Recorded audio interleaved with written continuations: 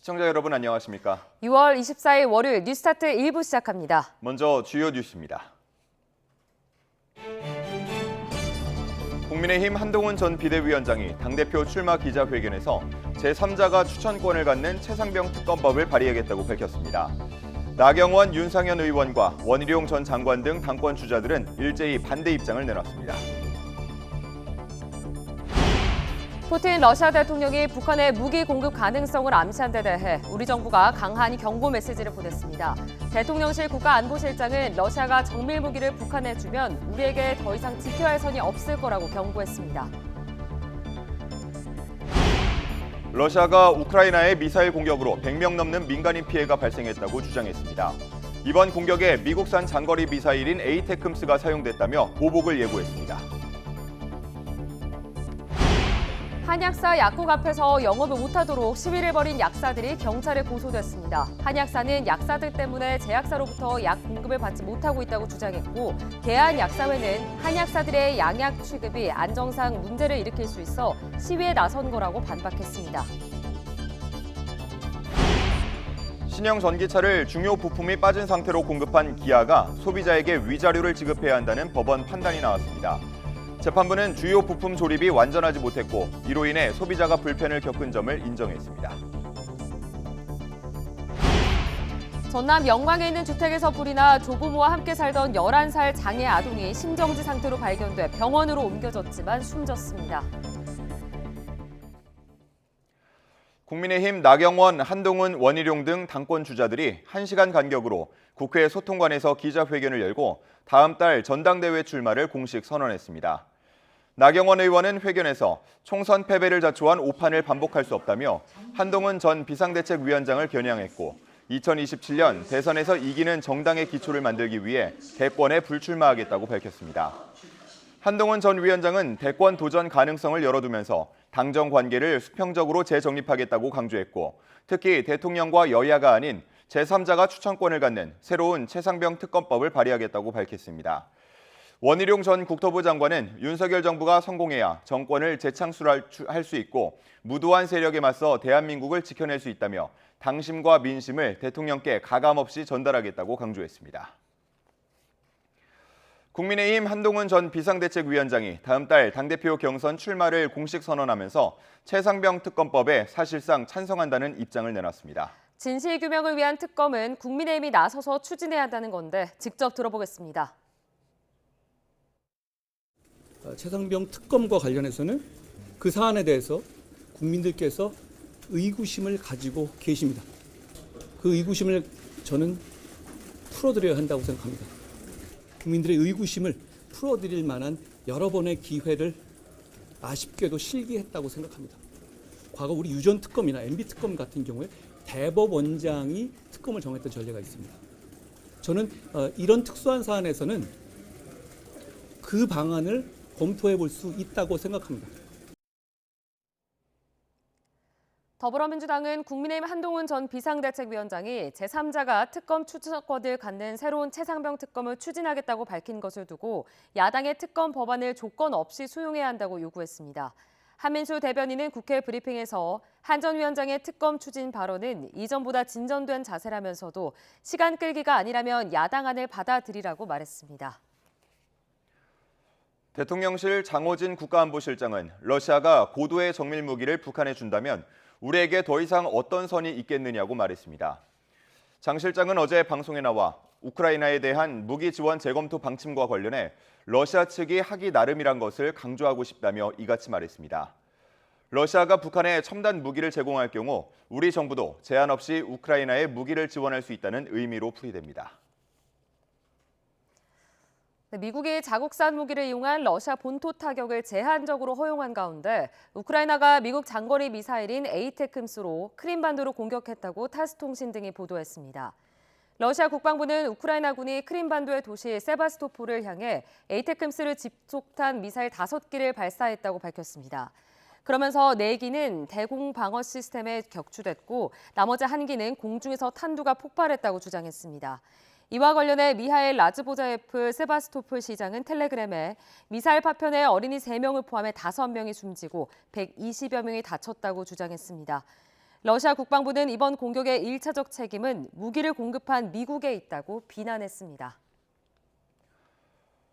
개업 전부터 한약사 약국 앞에서 영업하지 못하도록 시위를 벌인 약사회 간부가 경찰 수사를 받고 있습니다. 서울 금천경찰서는 서울시 약사회 간부 A씨를 업무 방해 혐의로 입건해 조사하고 있습니다. A씨는 1일부터 한약사 B씨가 운영할 예정인 서울 시흥동 약국 앞에서 매일 오전 9시부터 밤 9시까지 소속 약사들과 함께 시위를 벌이며 영업을 방해한 혐의를 받습니다. 이들은 B씨가 불법으로 전문 의약품을 취급할 우려가 있고 한약사의 양약 취급 자체가 안전상 문제를 일으킬 수 있다고 주장하며 시위에 나선 것으로 파악됐습니다. 신형 전기차를 중요 부품이 빠진 상태로 공급한 기아가 소비자에게 위자료를 지급해야 한다는 법원의 판단이 나왔습니다. 서울중앙지방법원은 지난달 23일 소비자 A씨가 기아를 상대로 낸 손해배상 청구 소송에서 원고 일부 승소로 판결하며 위자료 300만 원을 지급하라고 결정했습니다. 재판부는 A씨가 신차를 인도받았음에도 주요 부품 조립이 완전하지 못했고 이로 인해 차량 정비를 받고 차량 이용에도 불편을 겪었던 점을 고려했다고 설명했습니다. 다만 이러한 배터리팩 볼트 누락이 차량 자체나 차량 가치의 감소를 가져오는 하자로는 판단되지 않는다며 차량 가치 하락의 다른 손해는 인정하지 않았습니다. 어젯밤 8시 반쯤 전남 영광군 홍농읍에 있는 1층짜리 주택에서 불이 나 40분 만에 꺼졌습니다.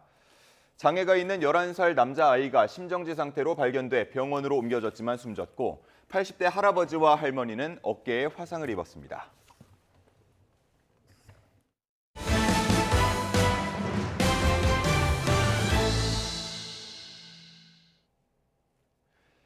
국민의힘 한동훈 전 비상대책위원장이 당대표 출마 기자회견에서 여도 야도 아닌 제3자가 추천권을 갖는 최상병 특검법을 발의하겠다고 밝혔습니다.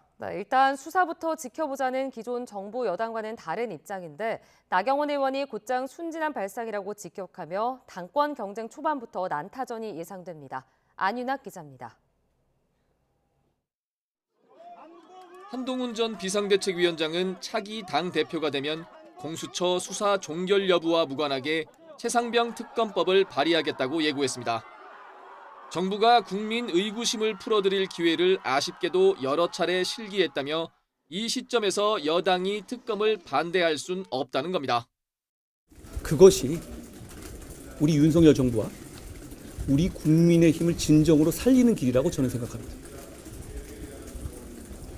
민심을 거스를 수는 없기 때문입니다. 대통령도 여야도 아닌 공정한 결정을 담보할 수 있는 대법원장 등 제3자가 특검을 추천해야 한다는 전제 조건을 달긴 했지만 애초 특검에는 선을 그었던 총선 당시와는 변화된 입장이었습니다. 아직 수사가 계속되고 있는 건 아닌가요? 저는 특검이라는 것은 수사가 잘못되거나 수사에 부족한 점이 드러났을 때 하는 것이지. 이 때문에 한 전 위원장이 반윤색채가 짙단 당내 비판에 정면 돌파를 시도하며 전당대회 초반부터 승부수를 띄웠다는 분석도 나옵니다. 나경원 의원은 즉각 반대 입장문을 올렸습니다. 민주당의 특검은 정권 붕괴용인데 특검 수용론은 순진한 발상이고 위험한 균열이라며 직격탄을 날린 겁니다. 윤상현 의원도 한 전 위원장의 발언에 순간 민주당 당대표 출마 선언으로 착각할 정도였다며 교란이자 자충수라고 비판했습니다. 원희룡 전 장관은 공세 수위를 높이진 않았습니다. 다만 공수처나 경찰 수사가 미진하다면 먼저 특검을 요청할 수도 있다며 대통령실과 보조를 마쳤습니다. 현재 공수처에서 수사가 진행되는 것으로 알고 있는데요. 그 수사 결과가 미진하다면 먼저 특검을 요청할 수도 있다. 여야 간 최상병 특검 공방이 여당 당권 경쟁으로 옮겨붙으면서 국민의힘 전당대회 최대 쟁점으로 떠올랐습니다. YTN 안윤학입니다. 대통령실 국가안보실장은 러시아가 북한에 정밀 무기를 준다면 우리는 더 이상 선이 없다고 밝혔습니다. 러시아가 북한에 첨단 무기를 공급할 경우 우리도 우크라이나의 살상 무기 등을 제한 없이 지원할 수 있다는 경고로 풀이됩니다. 신윤정 기자입니다. 장호진 국가안보실장이 우크라이나에 대한 무기 지원 재검토 방침에는 러시아의 태도가 중요하다는 점을 거듭 강조했습니다. 장 실장은 방송에 출연해 무기 지원에 대한 검토는 이미 끝났다며 러시아가 앞으로 어떻게 나오느냐에 따라 무기 지원 조합이 달라질 거라고 말했습니다. 기술 발전으로 살상 무기든 비살상 무기든 여러 단계 조합을 만들 수 있다면서도 구체적으로 언급하는 건 시기상조라고 밝혔습니다. 그러면서 푸틴 러시아 대통령이 방북 뒤 북한의 무기 공급 가능성을 암시한 데 대해서는 강한 경고 메시지를 보냈습니다. 러시아가 북한에 고도의 정밀 무기를 준다면 우리가 더 이상 어떤 선이 있겠느냐며 러시아 측이 이런 점을 고려할 필요가 있다고 밝혔습니다. 러시아가 북한에 첨단 무기를 제공할 경우 우리 정부도 제한 없이 우크라이나에 무기를 지원할 수 있다는 의미로 해석됩니다. 다만 푸틴 대통령이 우리 정부를 향해 우크라이나에 대한 무기 지원은 큰 실수라고 공개 경고한 데 대해서는 맞대응을 자제했습니다.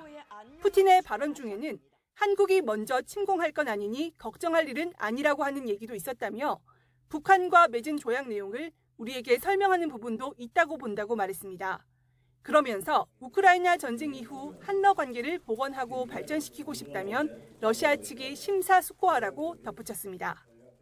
장 실장은 북러 군사 협력이 한반도나 동북아시아를 넘어 유럽을 포함한 국제적인 문제가 됐다며 다음 달 미국에서 열릴 나토 정상회의에서도 이 문제가 논의될 예정이라고 밝혔습니다. YTN 신윤정입니다. 북한이 러시아와 동맹에 준하는 조약을 맺은 가운데 이번 주 한미일 3국이 처음으로 다영역 연합훈련을 실시해 북한의 반응이 주목됩니다. 이뿐 아니라 북한은 대북 전단에 대한 보복 조치도 예고한 상황이라 이번 주 한반도의 긴장이 고조되는 건 아닌지 김대근 기자가 전망해봤습니다. 미군의 핵 추진 항공모함 루즈벨트함이 부산항에 입항한 가운데 이번 주 한미일 3국의 첫 다영역 군사훈련 프리덤 엣지가 실시됩니다.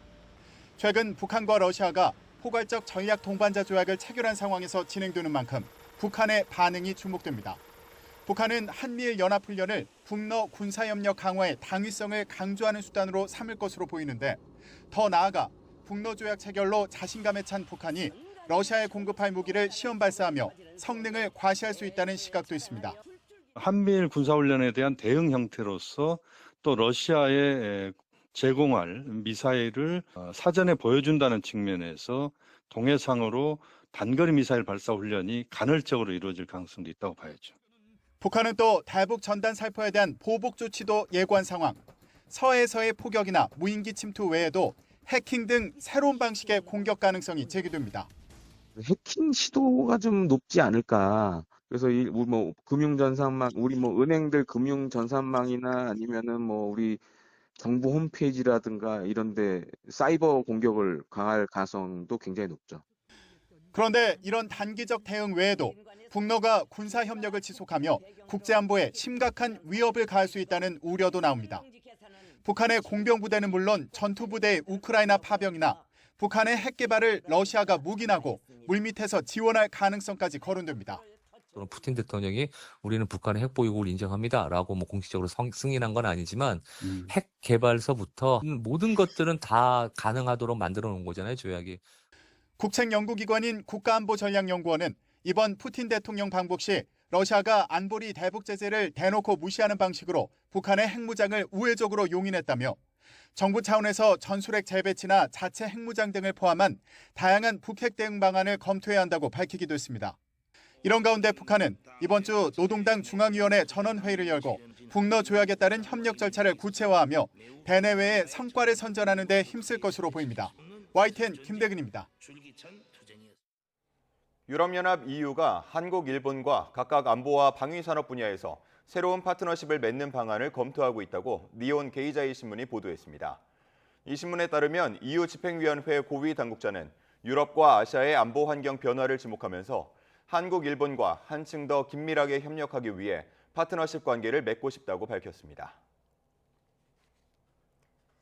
미국이 자국산 무기를 이용한 러시아 본토 타격을 제한적으로 허용한 가운데 우크라이나가 미국 장거리 미사일인 에이테크임스로 크림반도를 공격했다고 타스 통신 등이 보도했습니다. 러시아 국방부는 우크라이나군이 크림반도의 도시 세바스토폴을 향해 에이테크임스 집속탄 미사일 5기를 발사했다고 밝혔습니다. 이와 관련해 미하일 라즈보자예프 세바스토폴 시장은 텔레그램에 미사일 파편에 어린이 3명을 포함해 5명이 숨지고 120여 명이 다쳤다고 주장했습니다. 러시아 국방부는 에이테크스의 모든 임무는 미국 자체 인공위성 정보를 토대로 미국 전문가들이 입력한다며 세바스토폴 민간인을 노린 이번 공격의 1차적 책임은 무기를 공급한 미국에 있다고 비난했습니다. 국방부는 또 이에 상응하는 조치가 있을 것이라고 경고했습니다.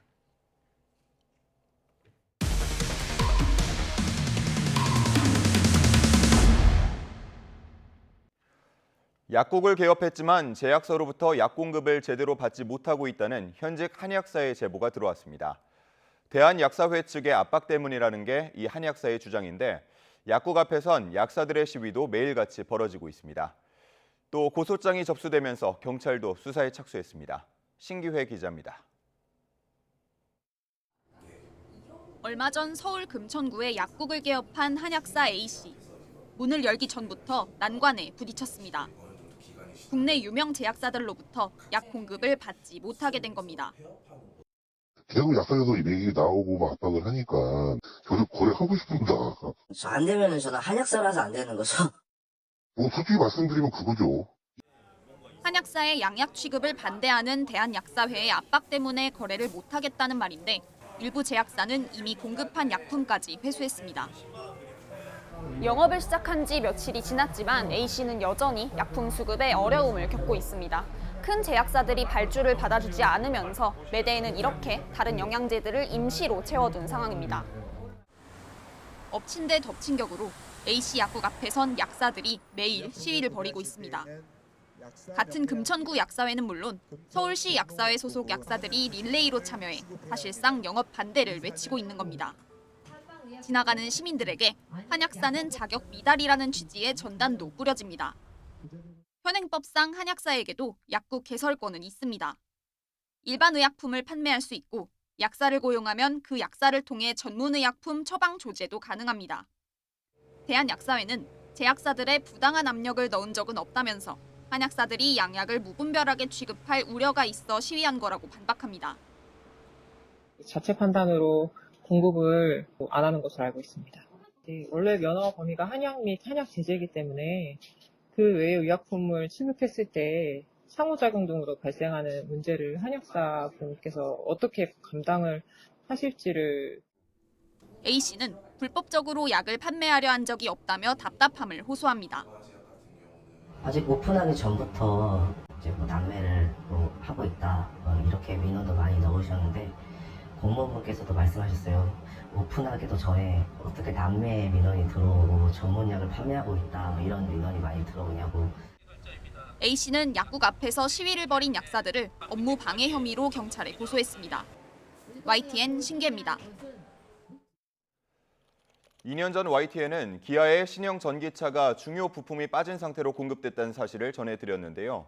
최근 법원이 기아에 위자료를 지급하도록 판결한 사실이 확인됐습니다. 소비자 불편을 인정하면서도 법원은 차량 자체의 하자는 아니라고 판단해 숙제를 남겼습니다. 김철희 기자가 단독 보도합니다. 지난 2022년 기아의 신형 전기차 EV6가 핵심 부품인 배터리팩을 고정하는 볼트 없이 고객에게 인도된 사실이 YTN 보도를 통해 처음 알려졌습니다. 고정 안 된 배터리팩이 운행 중 움직이면서 냉각수까지 샌 거로 드러났는데 기아의 미진한 대처도 논란이 됐습니다. 자기네들은 그런 거 전혀 해줄 수 없다. 아무것도 해줄 수 없다. 결국 기아는 차량 생산 과정에서 조립 불량이 발생해 고객 불편을 끼쳐 죄송하다며 고개를 숙였고 차량을 구매한 A씨는 손해배상 소송을 제기하며 법정에서 다툼을 이어갔습니다. 그리고 지난달 법원은 기아가 A씨에게 위자료 300만 원을 지급해야 한다며 2년 만에 A씨 손을 들어줬습니다. A씨가 넘겨받은 새 차의 주요 부품 조립이 완전하지 못했고 이로 인해 차량 정비를 받는 등 차량 이용에 불편을 겪었다는 점을 인정한 겁니다. 다만 재판부는 이러한 문제가 차량 자체의 하자나 차량 가치 감소를 가져오는 하자는 아니라며 나머지 손해는 인정하지 않았습니다. A씨가 이러한 조립 불량이 안전운전에까지 영향을 주는 차량 결함이라는 걸 충분히 증명하진 못했다는 취지입니다. 전문가들은 자동차 관련 소비자 보호가 취약한 우리나라에서는 이례적인 승소라면서도 여전히 결함 입증 책임을 소비자에게 돌리는 등 한계를 보여줬다고 지적합니다. 실질적으로 소송을 통해서 보상을 받는 경우가 많지는 않습니다. 특정 책임도 이 운전자가 지고 있다는 거, 또 근본적인 법의 바탕은 변하지 않았다는 거. 실제 현행법은 자동차 결함이 의심되는 사고가 발생하면 증명 책임을 차량을 만든 제조사가 아닌 소비자에게 지우고 있습니다. 이를 개선하기 위해 지난 국회에서 입증 책임을 제조사에 돌리는 이른바 도연이법이 발의되기도 했지만 국회 문턱을 넘진 못했습니다. YTN 김철입니다. 경제 한 줄 뉴스입니다. 기준금리 인하에 대한 기대로 시장금리가 큰 폭으로 떨어지면서 주요 시중은행들의 대출금리 하단이 2%대까지 내려앉고 있습니다.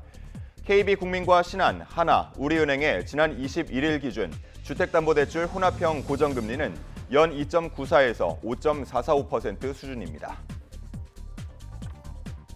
서울과 지방의 아파트 가격 차이가 4년째 9억 원대를 유지하는 것으로 나타났습니다. 부동산 R124가 전국 아파트를 조사한 결과 서울과 지방의 아파트 가격 차이는 10년 전인 2014년만 해도 3억 1천만 원이었지만 2021년에는 9억 8천만 원까지 벌어졌습니다.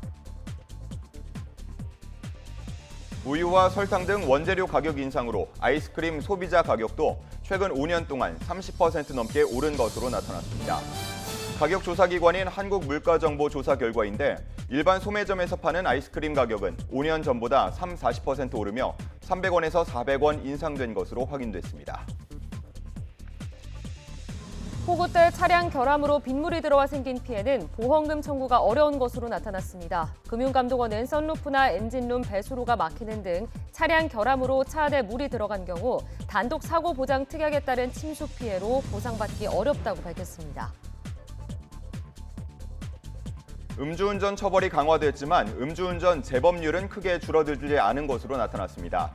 삼성화재 삼성교통안전문화연구소는 2019년 음주운전 처벌을 강화한 윤창호법 시행 이후 최근 5년 동안 연평균 재범률은 44%로 조사됐는데 법 시행 전인 2018년 45%와 비슷하게 나타난 것이라고 설명했습니다.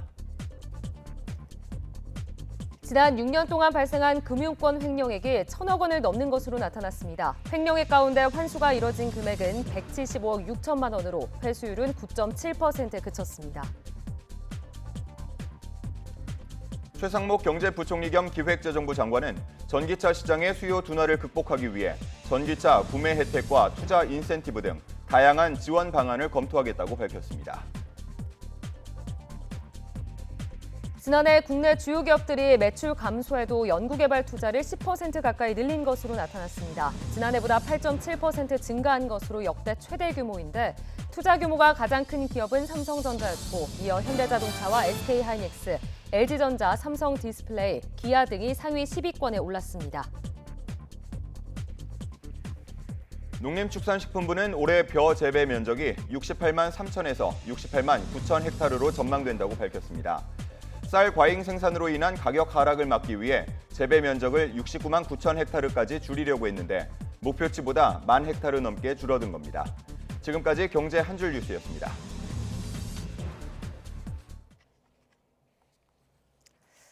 네, 음주 뺑소니 혐의로 기소된 가수 김호중 씨가 결국 논란이 됐던 음주운전 혐의는 피하면서 관련 법을 강화해야 한다는 목소리가 커지고 있습니다.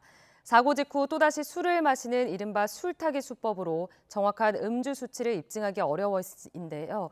22대 국회가 열리자마자 관련 법안들이 발의됐습니다. 부장원 기자가 전해드립니다. 가수 김호중 씨는 지난 18일 뺑소니와 위험운전 치상 등 4가지 혐의로 구속 기소됐습니다. 하지만 스스로 시인했던 음주운전 혐의는 끝내 제외됐습니다. 경찰은 시간 경과에 따라 음주 수치를 역추산하는 위드마크 공식으로 김 씨의 혈중 알코올 농도를 면허 정지 수준인 0.031%로 특정했지만 검찰은 이런 역추산 결과로는 유죄 입증이 어렵다고 판단했습니다. 위드마크 공식 수치가 법원에서 유죄 증거로 인정된 사례가 드문데다 특히 김 씨가 사고 뒤 17시간이 지나서야 그것도 추가로 술을 마신 뒤 음주 측정을 받아 수치 자체를 믿기 어렵다고 본 겁니다. 그러자 음주운전을 해도 도망만 잘 가면 된다. 측정기를 불기 전에 술을 사 마셔라라는 비판이 쏟아졌고 22대 국회가 열리자마자 이런 경우를 막기 위한 이른바 김호중 방지법이 잇따라 발의됐습니다. 음주 측정을 곤란하게 하려는 목적으로 추가로 술을 마시는 이른바 술타기를 할 경우 최대 5년 이하의 징역형으로 처벌하게 했는데 기존 음주 측정 거부죄와 같은 수준입니다. 이와 별개로 대검찰청도 김 씨 사건을 계기로 음주 교통사고 뒤 의도적인 추가 음주에 대해 처벌 규정을 신설해달라고 법무부에 건의했습니다. 정부와 국회가 관련법 제도 강화에 뜻을 모은 만큼 음주운전 처벌의 사각지대를 좁힐 수 있을지 주목됩니다. YTN 구장원입니다. 서울 신촌 대학가 일대에서 대규모 전세 사기를 당한 피해자들이 정부의 대책 마련을 촉구했습니다. 전세 사기 피해자 대책위원회는 어제 기자회견을 열고 신촌 구로 일대 건물을 소유한 임대인 최모 씨로부터 전세 사기 피해를 본 세입자들이 90여 명에 달하며 피해액은 100억 원대에 이른다고 주장했습니다. 이들은 피해 주택 대부분이 전세 사기 특별법 사각지대에 놓인 다가구 주택과 불법 건축물이라며 이 때문에 피해 회복을 기대하기는 어려운 상황이라고 설명했습니다. 세입자의 전세 보증금을 상습적으로 돌려주지 않은 악성 임대인 126명의 명단이 공개됐습니다. 안심 전세앱에 공개된 정보를 보면 지난 6개월간 보증금 채무를 반환하지 않은 임대인은 평균 나이 49세였습니다. 이들은 평균 18억 9천만 원의 보증금을 떼먹은 것으로 나타났는데 보통 8개월 이상 보증금을 반환하지 않은 것으로 나타났습니다. 떼어먹은 보증금의 규모가 가장 큰 악성 임대인은 강원도 원주시에 거주하는 손모 씨로 반환 채무가 707억 원에 이르렀습니다. 탈북민 단체가 쌀이 든 페트병을 다시 한번 북한 쪽에 방류한 것으로 보입니다. 탈북민 단체 큰샘이 그제 오전 인천 강화도 앞바다에서 쌀과 1달러 지폐, 구충제, 그리고 USB가 담긴 페트병 200개를 북한 방향으로 보낸 것으로 알려졌습니다. 앞서 해당 단체는 7일에도 쌀이 담긴 페트병 500개를 강화도 바다에 띄우면서 한 달에 2번씩은 같은 활동을 이어나갈 것이라고 밝혔습니다.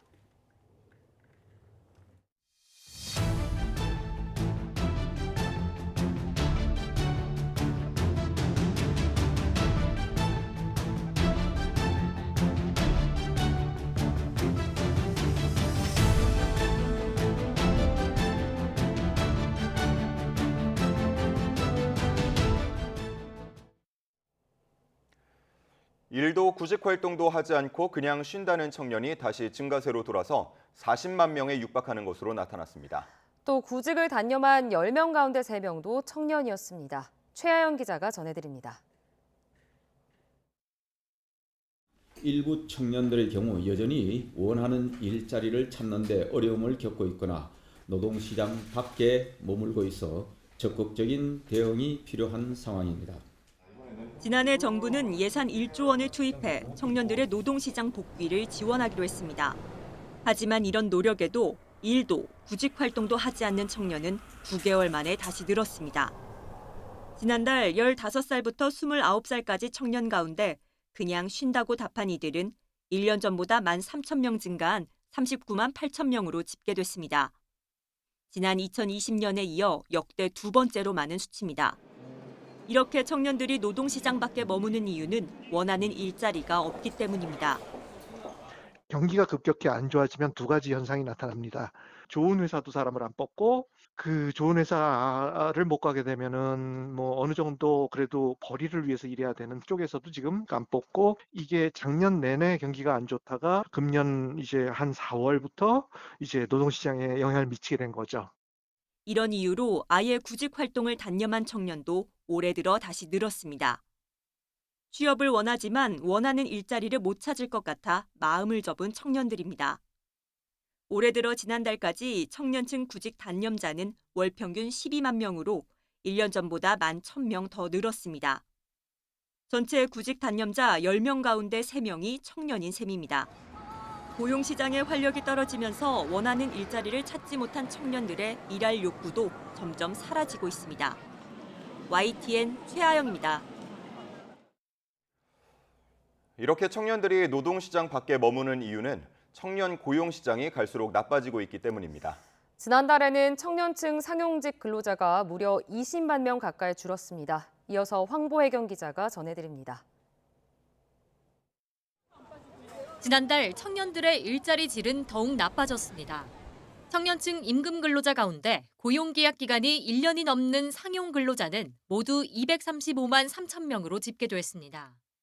지난해보다 20만 명 가까이 줄어든 수치로 최근 10년 사이 가장 큰 감소폭입니다.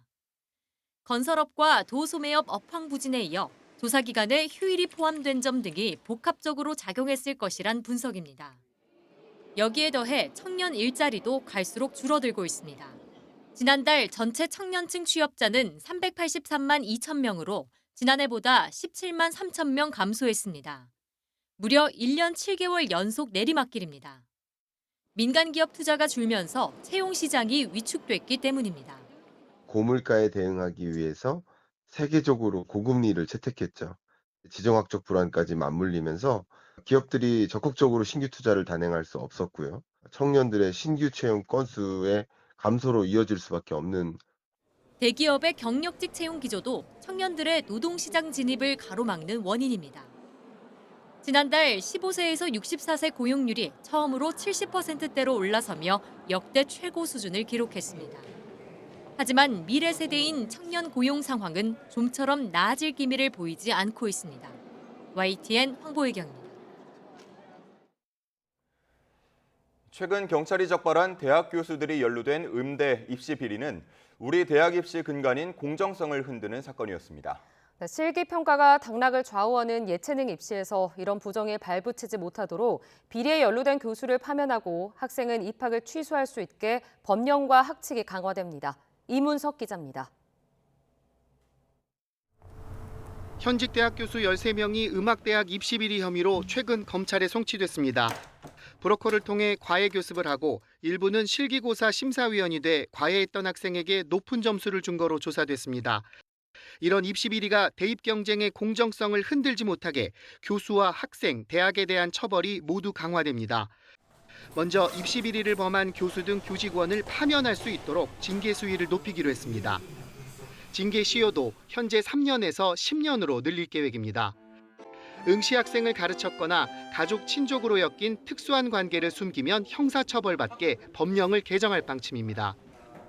또한 부정 입학한 학생은 입학이 취소되도록 학칙에 명확한 근거를 마련하기로 했습니다. 법령상 학칙으로 정하는 입학 허가 취소 사유에 과외 교섭 등 평가자와 부정하게 사전 접촉한 행위를 추가하여 입학 취소 근거를 마련하도록 하겠습니다. 조직적인 입시 비리가 적발된 대학엔 허술한 단속 책임을 더 엄중히 묻기로 했습니다. 각종 사업 배제와 사업비 삭감은 물론이고 첫 적발 때 대학 총 입학 정원의 5%, 두 번째는 10%를 강제로 감축합니다. 가장 객관적이고 공정해야 되는 입시 제도라고 한다면 그런 일이 단 한 건이라도 있지 않도록 모든 수단을 강구하는 게 바람직하다고 생각을 합니다. 교육부는 당장 2025학년도 대입부터 강화된 입시 비리 대응 방안이 적용될 수 있도록 서둘러 법령 개정 등을 추진할 계획입니다. YTN 이문석입니다. 오늘의 주요 재판 일정입니다. 오늘 오후 2시 10분 전당대회 돈봉투 살포 의혹을 받는 전현직 더불어민주당 의원들의 재판이 열립니다. 현역으로는 허종식 의원, 그리고 윤관석, 임종성, 이성만 전 의원까지 함께 재판을 받습니다. 김용 전 민주연구원 부원장의 재판에서 위증을 교사한 혐의를 받는 더불어민주당 이재명 대표 대선 캠프 출신 인사들의 재판도 오늘 오후 2시부터 열립니다.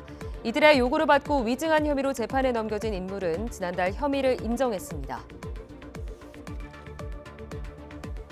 고 이해람 중사 사건 당시 공무상 비밀 누설 혐의 등으로 재판에 넘겨진 군무원 양모 씨 등의 항소심 재판도 오늘 오후 2시 반 예정돼 있습니다. 양 씨는 성추행 가해자 구속심사에 참여한 사람들의 인적 사항 등을 누설한 혐의로 1심에서 징역 2년에 집행유예 3년을 선고받았습니다. 오후 2시에는 BNK 경남은행 횡령 사건으로 재판에 넘겨진 전 부동산 투자금융부장 이모 씨의 재판이 열립니다. 검찰은 이 씨가 모두 3천억 원을 횡령했다고 의심하고 있는데 공소시효 문제로 일단 일부 혐의만 적용해 먼저 기소한 사건입니다. 노소영 아트센터 나비관장은 위자료 20억 원을 가집행할 수 있다는 판결을 받았지만 아직 절차에 돌입하진 않았습니다. 법조계에서는 노 관장 측이 이혼 소송 상고심이나 별도로 내연녀를 상대로 제기한 소송을 고려하고 있다는 분석이 나옵니다. 김다현 기자가 보도합니다. 지난달 서울고등법원은 최태원 SK그룹 회장이 노소영 아트센터 나비관장에게 재산 분할로 1조 3천억 원과 위자료 20억 원을 지급하라고 선고했습니다. 위자료 20억 원에 대해서는 가집행, 즉 확정 판결 전이라도 강제 집행할 수 있다고 밝혔지만 노 관장 측은 아직 절차에 돌입하지 않았습니다. 법조계에서는 지난 20일 최 회장이 상고한 것과 관련이 있다는 분석이 나옵니다. 노 관장이 가집행을 신청해도 판결 자체에 불복하는 최 회장이 집행정지를 신청할 가능성이 크다는 겁니다. 최태원 회장 입장에서는 이 부분에 대해서 집행정지 신청을 할 수가 있고요. 만약에 20억 원이라는 금액을 공탁을 한 이후에 이 가집행에 대해서 집행정지를 해달라라고 하면 또 일반적인 사건과 비교해 위자료 20억 원은 이례적으로 많다는 평가가 나오는데 만약 가집행에 돌입했다가 나중에 인정 액수가 줄어들면 다시 돌려줘야 하는 현실적인 부담도 있습니다. 일각에서는 노 관장이 최 회장의 내연녀, 김희영 TNC재단 이사장에게 별도로 제기한 위자료 소송 결과를 주시하는 것 아니냐는 관측도 나옵니다. 앞서 노 관장은 김 씨에게 위자료 30억 원을 청구했는데 청구가 대부분 받아들여진다면 배우자인 최 회장에게는 더 큰 책임을 물어 요구액을 높일 수도 있다는 겁니다. 가집행과도 관련돼 관심이 쏠리는 위자료 소송의 1심 결론은 오는 8월 22일 나올 예정입니다. 이혼 소송의 경우 통상 대법원에서 심리하지 않고 기각하는 비율이 높지만 항소심 재판부가 계산상 오류를 인정하고 판결문 일부를 수정한 만큼 대법원이 심리에 돌입할 가능성이 크다는 의견이 지배적입니다. YTN 김다현입니다. 퇴사한 직원이 직무 발명 보상금을 뒤늦게 청구한다면 현행이 아닌 재직 당시 규정을 기준으로 삼아야 한다는 대법원 판단이 나왔습니다. 대법원은 지난달 30일 A씨가 삼성전자를 상대로 직무 발명 보상금을 달라고 제기한 소송에서 원고 패소로 판결한 원심을 깨고 사건을 특허 법원으로 돌려보냈습니다. A씨는 삼성전자에서 연구원으로 일하며 세탁기 필터와 관련한 기술 10건을 발명해 1997년 8월 회사에 특허권을 넘긴 뒤 이듬해 퇴사했습니다. A씨는 퇴사 17년 뒤에 회사를 상대로 기술 6건에 대한 직무 발명 보상금을 달라고 신청했습니다.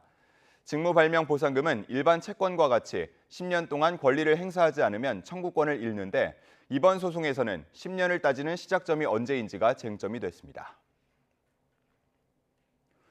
5조 원대 다단계 사기를 벌인 조이팔 일당의 피해자들이 국가를 상대로 손해배상 소송을 제기했지만 항소심에서도 졌습니다. 서울고등법원은 A씨 등 피해자 90명이 국가를 상대로 낸 손해배상 청구 소송에서 1심과 같이 원고 패소로 판결했습니다.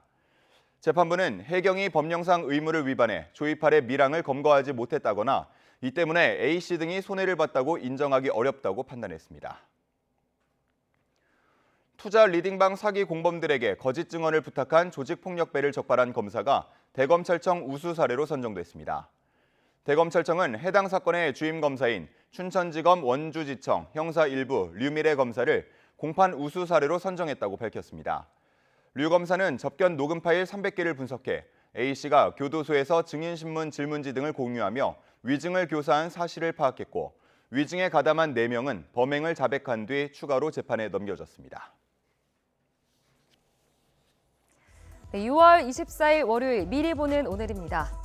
안덕근 산업통상자원부 장관이 한미일 산업장관회의 참석차 오늘 미국 워싱턴 DC를 방문합니다. 이번이 첫 회의로 영대 경제 안보와 산업협력 강화 방안 등을 논의할 예정입니다. 이와 함께 안 장관은 미국의 산업에너지 분야 주요 인사들과 만나 공급망에 대해 논의하고 반도체와 바이오 등 첨단 산업 분야에서의 협력을 모색할 방침입니다. 인력 부족 문제를 겪어온 고위공직자범죄수사처가 검사 공개 모집에 나섰습니다. 공수처는 오늘부터 열흘 동안 검사 채용 지원서를 접수한다고 밝혔는데요. 모집 대상은 부장검사 1명과 평검사 3명으로 부장검사는 12년 이상, 평검사는 7년 이상 변호사 자격을 유지한 상태여야 합니다. 성전환 수술 후 강제 전역 처분을 받고 숨진 고 변희수 하사가 오늘 대전 현충원에 안장됩니다. 군인권센터와 변희수재단 준비위원회 등은 오늘 오후 3시 대전 현충원에서 고 변희수 하사의 안장식을 엄수하기로 했습니다. 지금까지 미리 보는 오늘이었습니다. 네덜란드 암스테르담 스히폴 국제공항에서 이륙한 KLM의 보잉 777 항공기가 안전상의 이유로 이륙 40분 만에 회항했다고 외신들이 보도했습니다. 현지 AMP 통신 등은 네덜란드 항공교통관제소를 인용해 현지 시간으로 23일 낮 암스테르담에서 이륙해 브라질 리우데자네이루로 향하던 KL0705편 항공기에서 기술적 결함이 보고됐다고 전했습니다. 영국 맨체스터 국제공항에서 대규모 정전이 발생해 항공편이 무더기 결항하거나 지연됐습니다. 공항 측은 이날 SNS를 통해 통보가 있을 때까지 제1, 2터미널 모든 항공편 출반이 취소된다고 알렸습니다. 정전 원인은 아직 밝혀지지 않고 있습니다. 공항 측은 1, 2터미널에서 이륙 예정인 항공편 예약 승객에게 공항에 가지 말고 예약 항공사에 먼저 문의하라고 권고했습니다. 전동 킥보드를 충전하는 도중에 발생하는 화재는 주로 여름에 집중적으로 나고 있습니다. 높은 외부 온도가 배터리에 영향을 주기도 하지만 장마철 습기 역시 원인 중 하나로 꼽혀 각별한 주의가 필요합니다. 김기수 기자입니다. 충전 중이던 전동 킥보드에 불꽃이 튀더니 갑자기 불길이 치솟습니다. 복도와 주택 내부는 순식간에 뿌연 연기로 가득 찹니다. 창문에서 검은 연기가 피어오르고 주택 내부는 형태를 알아볼 수 없을 정도로 시커멓게 변했습니다. 이 화재 역시 킥보드에 내장된 배터리에서 불이 시작된 것으로 조사됐습니다. 전동 킥보드 화재는 주로 여름철에 집중되고 있습니다.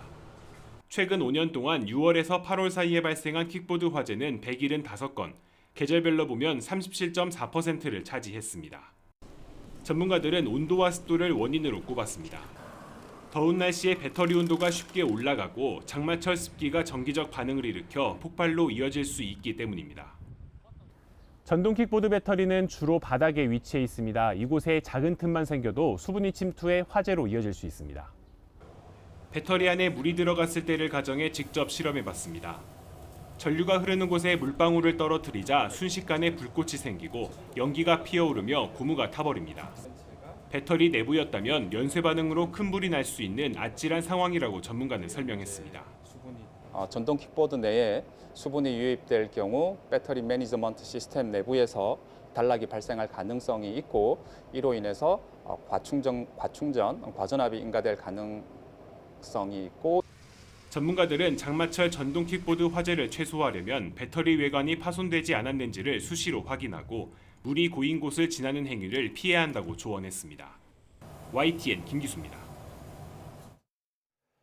인기 게임 배틀그라운드 일부 유저가 그룹 뉴진스 멤버를 본떠서 만든 게임 캐릭터로 성희롱성 콘텐츠를 만들어 논란입니다. 게임 제작사와 뉴진스 소속사는 논란이 커질 대로 커진 뒤에야 적극 대응하겠다는 입장을 밝혔습니다. 이경국 기자입니다. 지난 2017년 출시 이후 꾸준한 인기를 끌고 있는 서바이벌 슈팅 게임 배틀그라운드입니다. 배틀그라운드는 지난 12일 그룹 뉴진스와의 컬래버레이션 아이템을 전격 출시했습니다. 뉴진스 멤버들을 모티브로 한 캐릭터와 의상 등을 판매하기 시작한 겁니다. 깜짝 게스트 민지, 혜린, 혜인입니다. 곧 배틀그라운드에서 뉴진스 콜라보 월드와 이모트, 신규 의상을 만나볼 수 있다는 점 너무 기대되시죠? 뉴진스 멤버들로 직접 게임을 플레이할 수 있다는 점에서 많은 유저들의 관심을 끌어모았습니다. 그런데 상품 출시 뒤 일부 유저가 뉴진스 캐릭터에 노출이 심한 의상을 입힌 뒤 사진과 영상을 찍어 온라인에 공유하며 성희롱 논란이 불거졌습니다.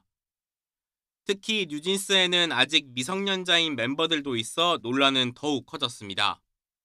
게임 제작사 크래프톤과 뉴진스 소속사 어도원은 며칠이 지나서야 처음 입장을 밝혔는데 일부 유저들이 콘텐츠를 부적절하게 이용할 가능성을 충분히 예상하지 못했다며 협업 취지에 맞지 않는 착용 아이템에 대해 적절한 조처를 하고 적극 대응하겠다고 밝혔습니다.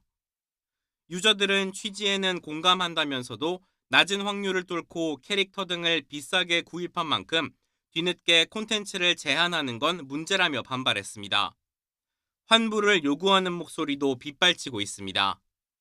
게임 제작사 관계자는 YTN과의 통화에서 환불과 디자인 변경 등 유저들의 다양한 요구사항을 확인해 추후 조치 계획을 논의하고 있다고 밝혔습니다. 콘텐츠를 부적절하게 사용한 유저에게 우선 잘못이 있지만 게임 제작사와 소속사 측이 세밀한 준비를 통해 사전에 논란을 막았어야 한다는 지적이 나오고 있습니다. YTN 이경국입니다.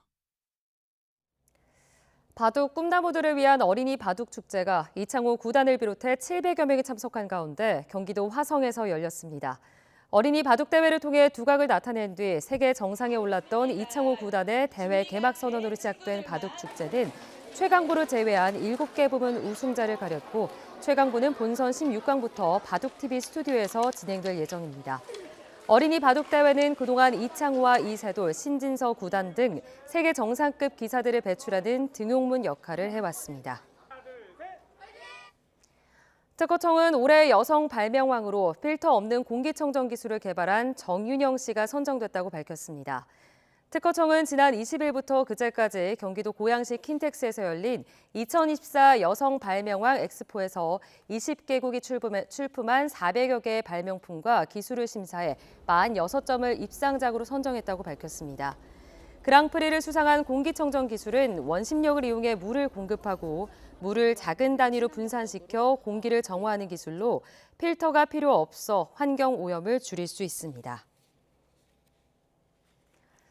일본 여자농구 국가대표 출신 다니무라가 2024-2025 시즌 WKBL 아시아 쿼터 선수 드래프트 전체 1순위 영예를 안았습니다. 신한은행은 일본 도쿄에서 열린 아시아 쿼터 드래프트 행사에서 다니무라를 전체 1순위로 지명했습니다. 키 185cm 장신인 다니무라는 지난 2022년 국제농구연맹 여자 월드컵 예선에서 일본 국가대표로 뛰었습니다.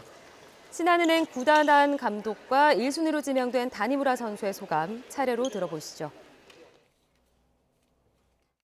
리더십도 강하고 팀워크도 너무 좋고 저 농구의 이런 레벨 자체가 수준 자체가 높은 선수이기 때문에 좀 팀의 부족한 부분 요소들을 많이 채워줄 수 있을 것 같아요. 嬉しい気持ちと、あとはやっぱりその怪我をしっかり治してやっぱり1巡目でピックしてくれた以上はしっかり結果残さなきゃいけないなっていうふうに感じてます。 프로야구 삼성이 두산과의 더블헤더 2경기를 포함해 3연전을 모두 쓸어 담고 파죽의 5연승을 달렸습니다. 삼성은 두산과의 더블헤더 2차전에서 2루타 3개를 포함해 4안타 7타점을 터뜨린 맥키넌의 맹활약을 앞세워 두산의 10대4로 승리했습니다. 앞선 1차전에서도 승리한 삼성은 두산과의 주말 3연전을 스윕으로 장식하고 5연승을 질주했습니다.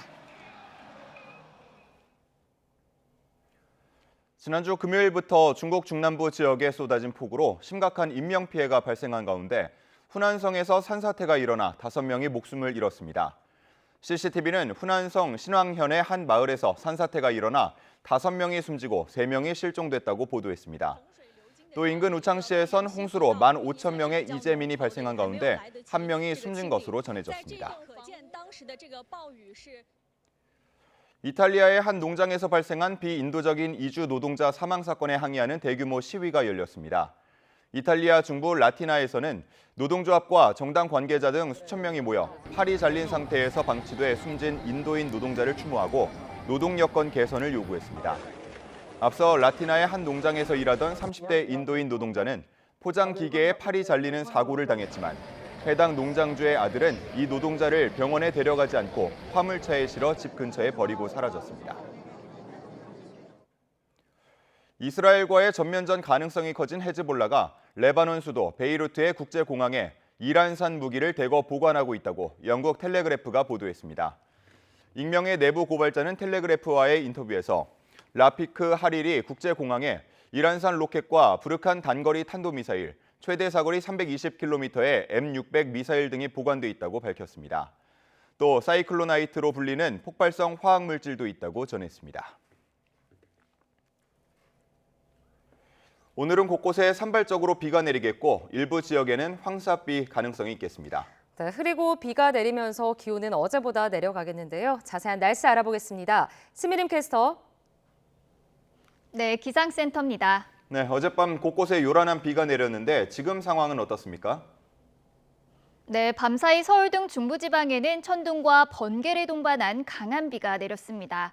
오늘은 수도권을 제외한 전국에 저녁까지 가끔 비가 내리겠는데요. 특히 이번에는 남부지방을 중심으로 시간당 10에서 20mm의 강한 비가 집중되겠습니다. 여기에 우리나라 상공으로 황사까지 유입되면서 흑비가 내릴 가능성도 있는데요. 예상되는 비의 양은 5에서 많게는 30mm가 되겠고요. 늦은 오후부터는 점차 그치겠습니다. 또 제주도는 정체전선의 영향으로 아침까지 비가 조금 내리겠습니다. 네, 요즘 습도가 높아서 무더운데 오늘은 어떻습니까? 네, 오늘은 흐린 날씨가 이어지며 어제보다는 기온이 내려가겠습니다. 오늘 서울 낮 기온은 28도로 예년 이맘때 여름 날씨를 보이겠는데요. 다만 습도가 높은 탓에 낮 동안 후텁지근하게 느껴지겠습니다. 또 오후에는 황사의 영향으로 서쪽 곳곳에서 미세먼지 농도가 한때 짙어질 수 있겠습니다. 자세한 지역별 기온부터 살펴보겠습니다. 현재 서울 기온은 22.8도, 대구는 21.9도, 부산은 22.3도로 출발하고 있습니다. 오늘 낮 기온은 어제보다 1도에서 4도가량 낮겠지만 영남 지방은 30도 안팎까지 올라 덥겠는데요. 서울이 28도, 대전은 29도, 대구는 31도 선까지 크게 오르겠습니다. 네, 끝으로 이번 주 날씨도 전해주시죠. 네, 오늘 비가 그친 뒤 오후부터는 찬 공기가 밀려오겠고요. 내일 아침 기온은 오늘보다 2도에서 많게는 5도가량이 낮아지겠습니다. 다행히 내일은 뚜렷한 비 소식 없이 전국이 대체로 맑겠는데요. 다만 수요일인 모레는 다시 정체전선이 북상하겠고요. 제주도와 남해안에 장맛비가 내릴 전망입니다. 지금까지 날씨 정보였습니다. 이상으로 뉴스타트 1부 마칩니다. 잠시 후 2부가 이어집니다. 시청해주신 여러분 고맙습니다.